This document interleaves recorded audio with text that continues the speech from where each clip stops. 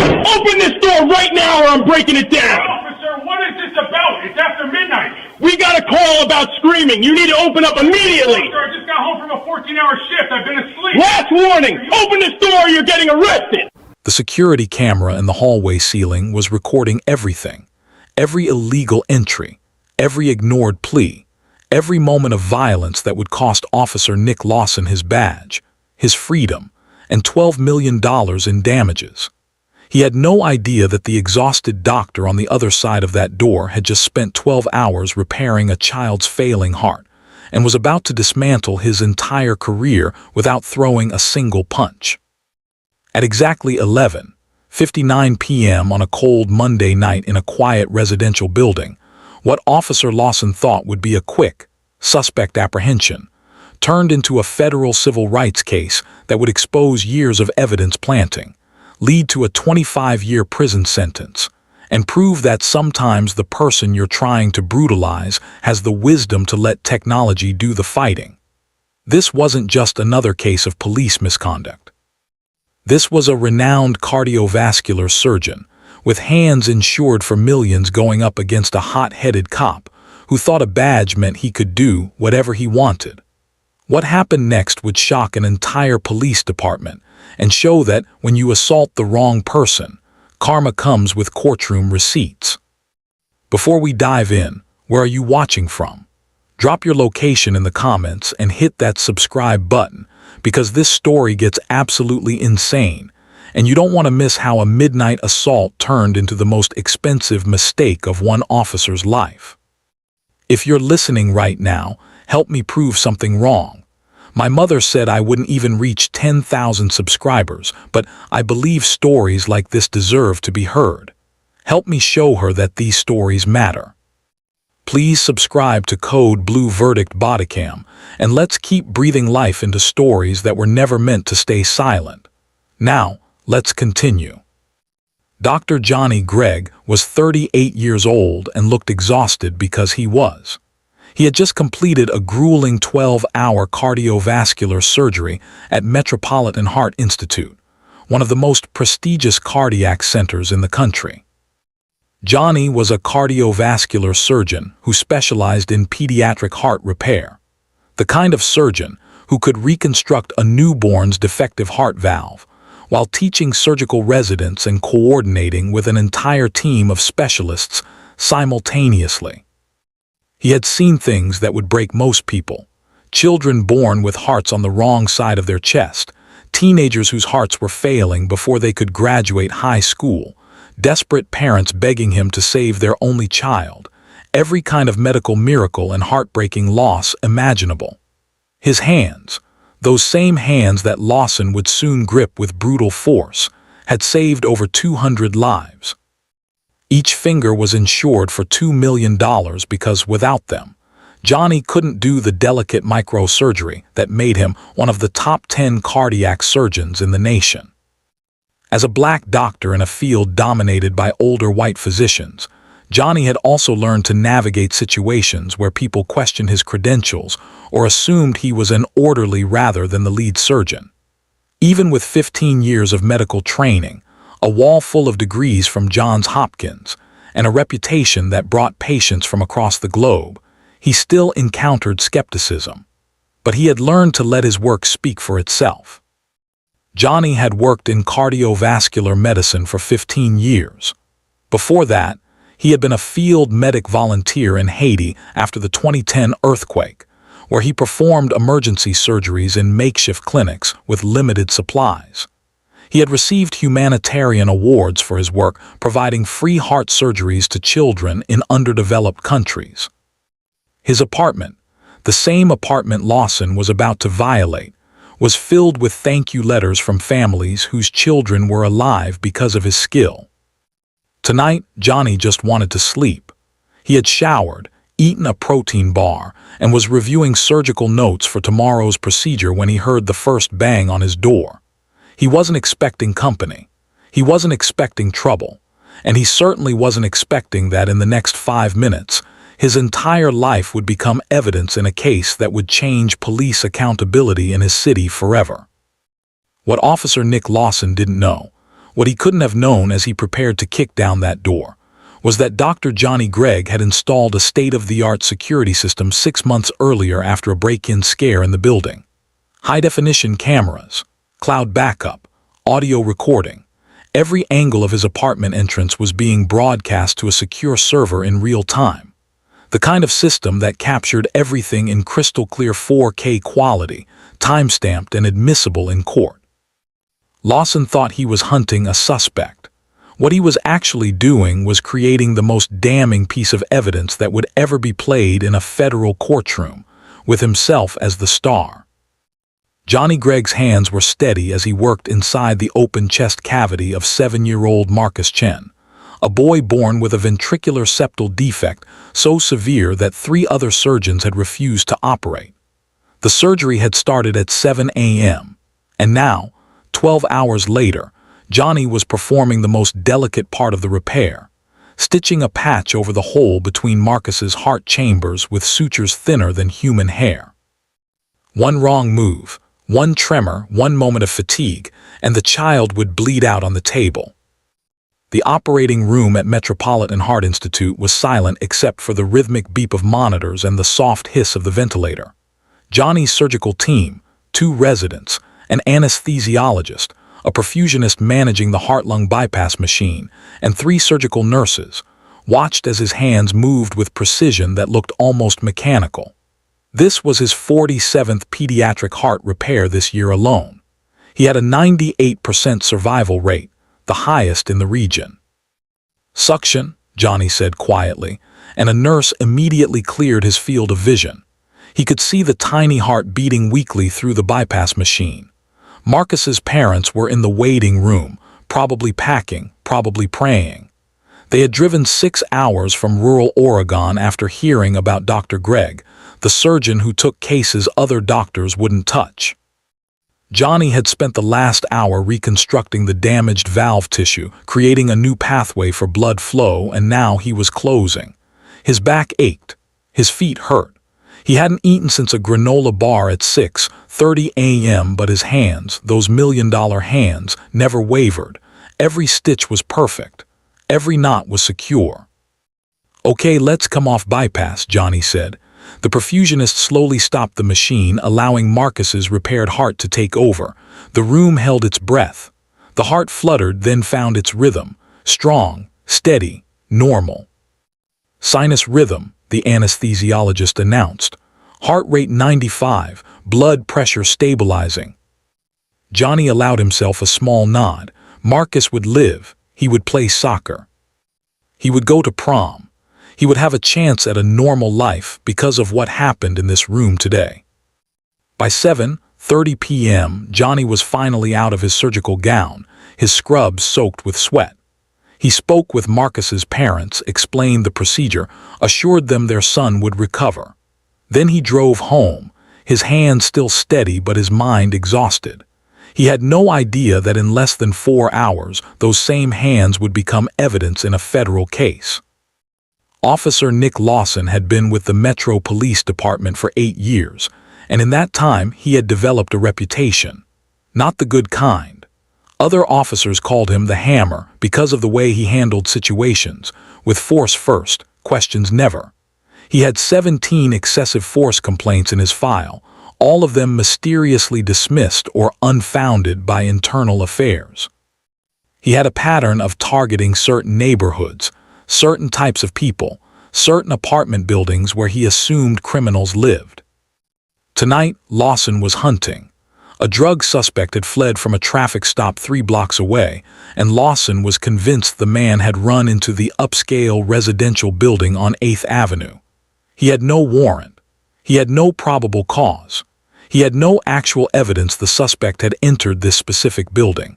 But Lawson operated on instinct and ego, and both were telling him he was right. He stood in the lobby, breathing hard, his hand resting on his service weapon. The building was quiet, expensive, the kind of place where doctors and lawyers lived, which only made Lawson more convinced he was onto something. Drug dealers always hid in nice buildings, he told himself. They blended in. Lawson checked his notes. The suspect was a black male, late 30s, wearing a gray shirt. He looked at the directory. 3rd floor, apartment 3C, the nameplate read J. Gregg. Lawson didn't bother to check what the J stood for. He didn't care. He had his target. His partner, Officer Davis, radioed in. "Mitchell, you sure about this? We don't have confirmation he went in there." "I'm sure," Lawson growled. "Trust me." What Lawson didn't know, what he never bothered to verify, was that the suspect had actually run into a completely different building 2 blocks south. What he also didn't know was that J. Gregg wasn't a drug dealer. J. Gregg was Dr. Johnny Gregg, and his apartment wasn't a hideout.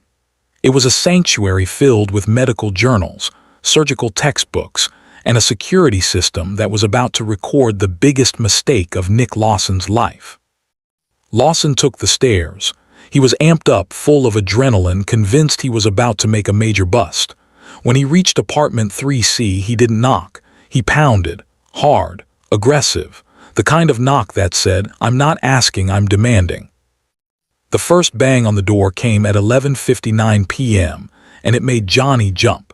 He was sitting on his couch in a t-shirt and pajama pants, reviewing surgical notes on his tablet for tomorrow's procedure, a complex aortic valve replacement on a 14-year-old girl. The knock was so loud it sounded like the door might crack.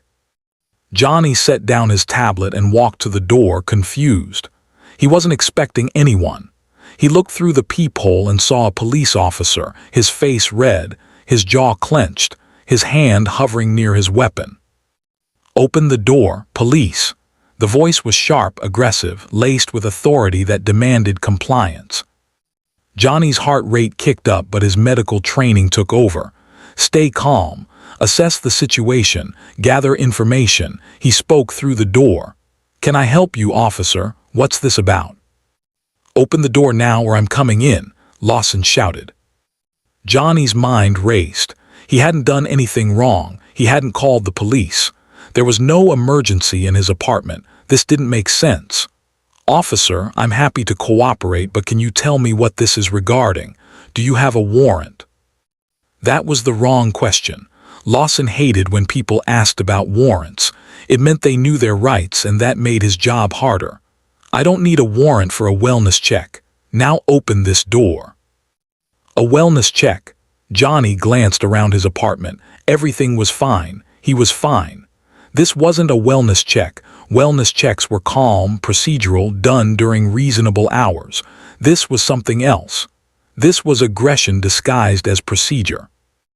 "Officer, I appreciate your concern, but I'm perfectly fine. I'm a surgeon at Metropolitan Heart Institute. I just got home from a 12-hour surgery. There's no emergency here." Lawson's patience, what little he had, snapped.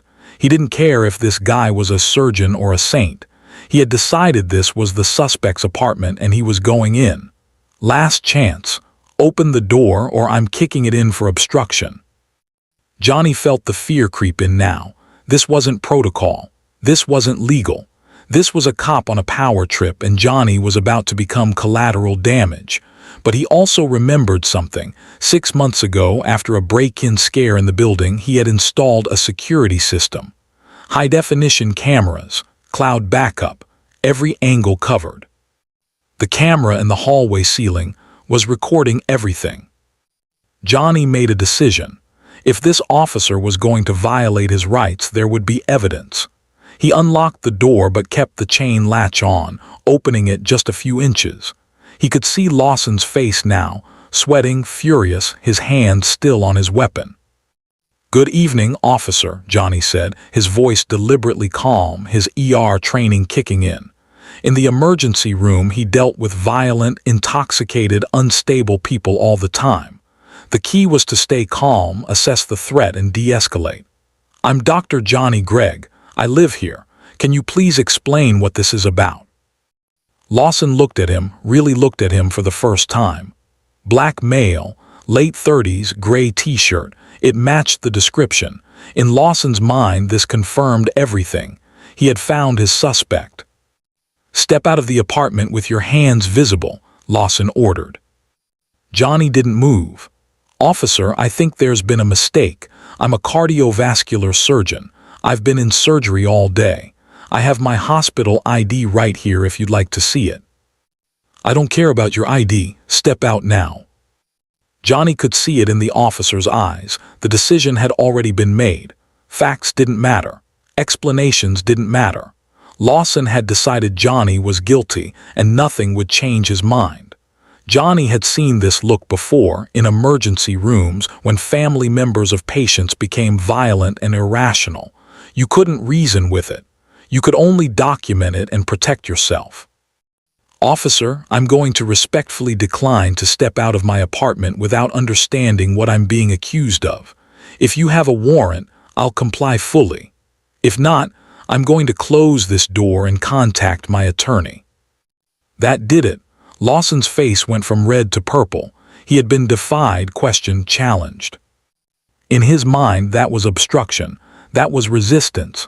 That was justification for force. "You're obstructing a police investigation," Lawson shouted. "I'm exercising my constitutional rights," Johnny replied, his voice still calm but firm. His hands were shaking now, not from fear but from adrenaline. These were the hands that had saved Marcus Chen's life 6 hours ago. These were the hands insured for $2 million each, and they were about to be put in danger by a cop who had lost control. Johnny glanced up briefly, just for a second, at the camera mounted in the corner of his hallway ceiling. The little red light was blinking, recording. Lawson didn't wait for permission. He slammed his shoulder into the door, and the chain latch ripped from the doorframe with a crack that echoed through the hallway. The door flew open, and Lawson charged inside, his hand already reaching for Johnny. "Get on the ground now," Lawson screamed. Johnny stumbled backward, his mind trying to process what was happening.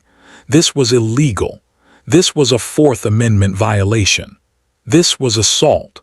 But in the moment, none of that legal knowledge mattered because there was a 220-pound cop coming at him with violence in his eyes. "Officer, please, I'm not resisting." Johnny tried to raise his hands in surrender, but Lawson grabbed his left wrist and twisted it backward. Pain shot up Johnny's arm. His surgical instincts screamed at him, "Protect your hands, protect your hands, protect your hands." "I said get down." Lawson shoved Johnny toward the floor. Johnny tried to break his fall, but Lawson was on him, pressing a knee into his back, wrenching his arms behind him.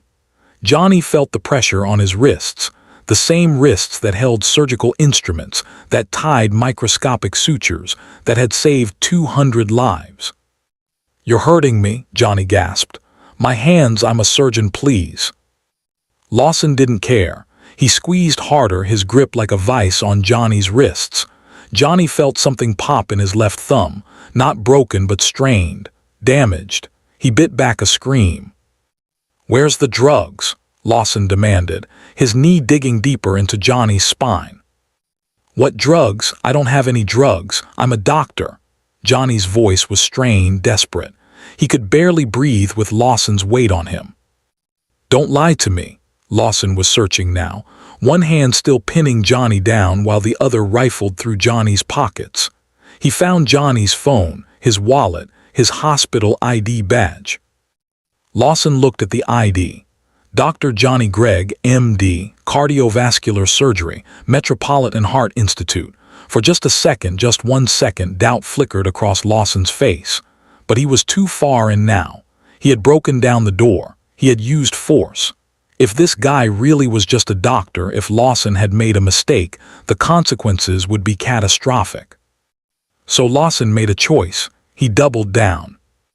"Yeah, right, you're a doctor," Lawson sneered. "Doctors don't run from the cops." Johnny's face was pressed against his own living room floor, his hands throbbing, his mind racing through the legal implications of everything happening. He had done nothing wrong. He was being assaulted in his own home by a police officer who had no warrant, no probable cause, no justification, and every second of it was being recorded. "Officer," Johnny said, his voice strained but clear, "I need you to listen to me very carefully. You have broken into my apartment without a warrant. You have assaulted me without cause, and everything you're doing right now is being recorded by my security system in high definition with cloud backup." Lawson froze. "What?" "The camera," Johnny said, tilting his head slightly toward the hallway. "The one in the ceiling outside my door, and the one in my living room, and the one in my bedroom, they're all recording. They've been recording since you started pounding on my door. Every word, every action, everything." Lawson's grip loosened slightly. He looked up and saw it, a small black dome camera mounted in the corner of the living room, its tiny red light blinking. Then he looked back toward the hallway and saw another one. His stomach dropped. "You're violating Washington State Law RCW 1031-040, which requires probable cause for a warrantless entry," Johnny continued, his calm returning now that he had Lawson's attention. "You're also violating my Fourth Amendment rights against unlawful search and seizure, and the assault you just committed is a federal civil rights violation under 18 U.S. Code Section 242. All of it is on video, time-stamped, backed up to a secure server." Lawson let go of Johnny's wrists and stood up, his face pale. He looked around the apartment, medical textbooks, framed diplomas from Johns Hopkins, photos of Johnny in surgical scrubs with grateful families, awards from humanitarian organizations. This wasn't a drug dealer's apartment. This was exactly what Johnny said it was, a surgeon's home. "You made a mistake, officer," Johnny said, slowly getting to his feet, cradling his left hand. "And now you have a choice.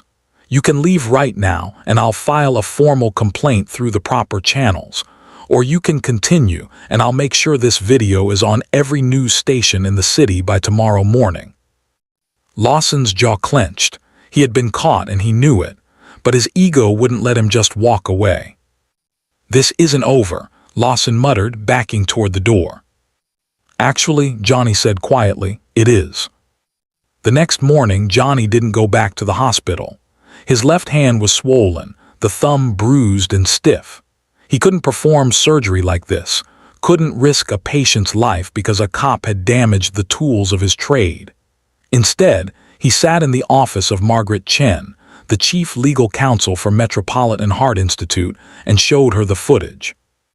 Margaret watched in silence as the video played on her laptop, the pounding on the door, Johnny's calm attempts to de-escalate, Lawson's illegal entry, the assault, Johnny's clearly audible citation of the exact laws being broken.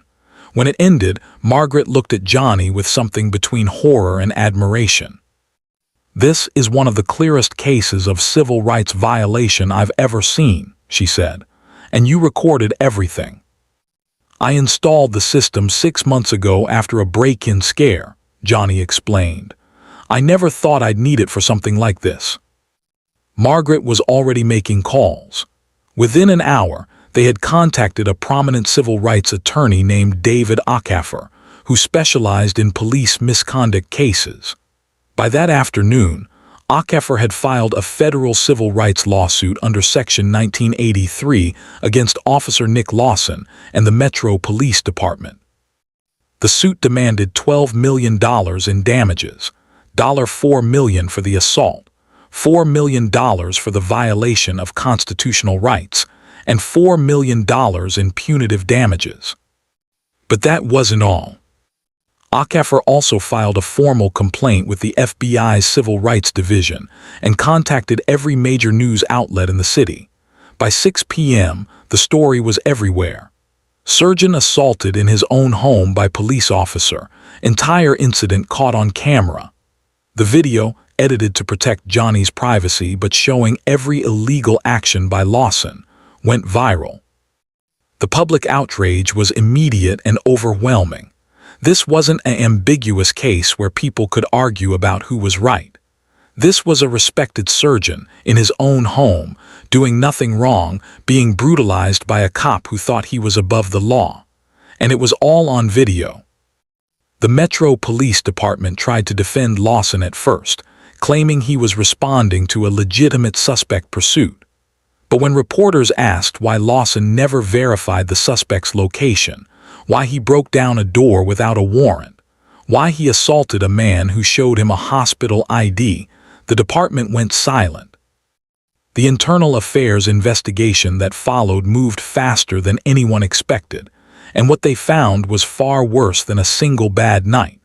When investigators searched Lawson's locker and seized his personal files, they discovered a black folder hidden under his spare uniforms. Inside were copies of arrest reports, evidence logs, and photographs that told a disturbing story. For the past 3 years, Officer Nick Lawson had been planting evidence. Small amounts of drugs, usually pills or cocaine residue, strategically placed during searches to justify arrests when he had no actual probable cause. He had done it to at least 12 people, maybe more. Young men, mostly black and Latino, who fit his profile of what a criminal looked like. People who lived in the wrong neighborhoods, drove the wrong cars, or simply had the misfortune of crossing Lawson's path on a bad day. The folder was his insurance policy, his personal record of which cases he had manufactured, which evidence he had planted, which reports he had falsified. He kept it in case he ever needed to remember his own lies. What he didn't expect was that it would become the evidence of his own crimes. The FBI took over the investigation. Each case in that folder represented a federal civil rights violation. Each fabricated arrest was a conspiracy against rights. Each planted piece of evidence was a fraud. When the scope of Lawson's corruption became clear, the U.S. Attorney's Office stepped in with a grand jury indictment. The charges were staggering: deprivation of rights under color of law, falsification of evidence, conspiracy, aggravated assault, unlawful entry, and a dozen other counts. The Johnny Gregg case was just the tip of the iceberg, but it was the one that brought everything else to light. Because Johnny had the video. Because Johnny had the resources to fight back. Because Johnny was a surgeon whose life and career gave him credibility that Lawson's other victims didn't have. Those other victims, the ones with criminal records, the ones without lawyers, the ones who had pleaded guilty to possession charges based on Lawson's planted evidence, they started coming forward. Their convictions were overturned. Their records were expunged, and every single one of them became a witness in the federal case against Nick Lawson. 18 months later, Johnny sat in a federal courtroom as Judge Patricia Reynolds read the verdict. Lawson stood at the defense table, his uniform long gone, replaced by an orange jumpsuit and handcuffs. His face was blank, defeated. He had already lost. The jury had deliberated for less than 3 hours, guilty on all counts. "Mr. Lawson," Judge Reynolds said, her voice cold and measured, "you violated the oath you took when you became a police officer. You violated the constitutional rights of citizens you were sworn to protect. You destroyed lives, fabricated evidence, and operated as if the law did not apply to you. The damage you caused is incalculable." She sentenced him to 25 years in federal prison. No parole eligibility for at least 15 years. It was one of the harshest sentences ever given to a police officer for civil rights violations in the state's history. The civil lawsuit settled before trial. The city's insurance carrier, facing the video evidence and the mountain of federal charges, agreed to pay Johnny the full $12 million he had demanded. The Metro Police Department issued a public apology, fired 3 supervisors who had ignored Lawson's complaint history, and implemented mandatory body camera policies and constitutional rights training for all officers. Johnny returned to Metropolitan Heart Institute 2 months after the assault, once his hand had fully healed. He performed the aortic valve replacement on the 14-year-old girl, the surgery he had been preparing for the night Lawson broke down his door. The surgery was successful. The girl lived. He donated $2 million of the settlement to a legal defense fund for victims of police misconduct who couldn't afford attorneys. Another $3 million went to medical charities providing free heart surgeries to children in underserved communities. The rest he kept, not because he needed it, but because it represented something important: accountability. On the wall of Johnny's office, next to his medical degrees and humanitarian awards, he hung a small plaque. It read, "Justice delayed is justice denied, but justice documented is justice served."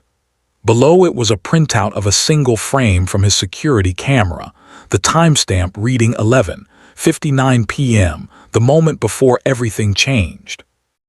Nick Lawson would spend the next 2 decades behind bars, his badge and pension gone, his reputation destroyed. Johnny Gregg would spend those same years saving lives, one heart at a time, in the same apartment where he had once been assaulted by a man who thought power meant he was untouchable. The camera had seen everything, and in the end, that made all the difference.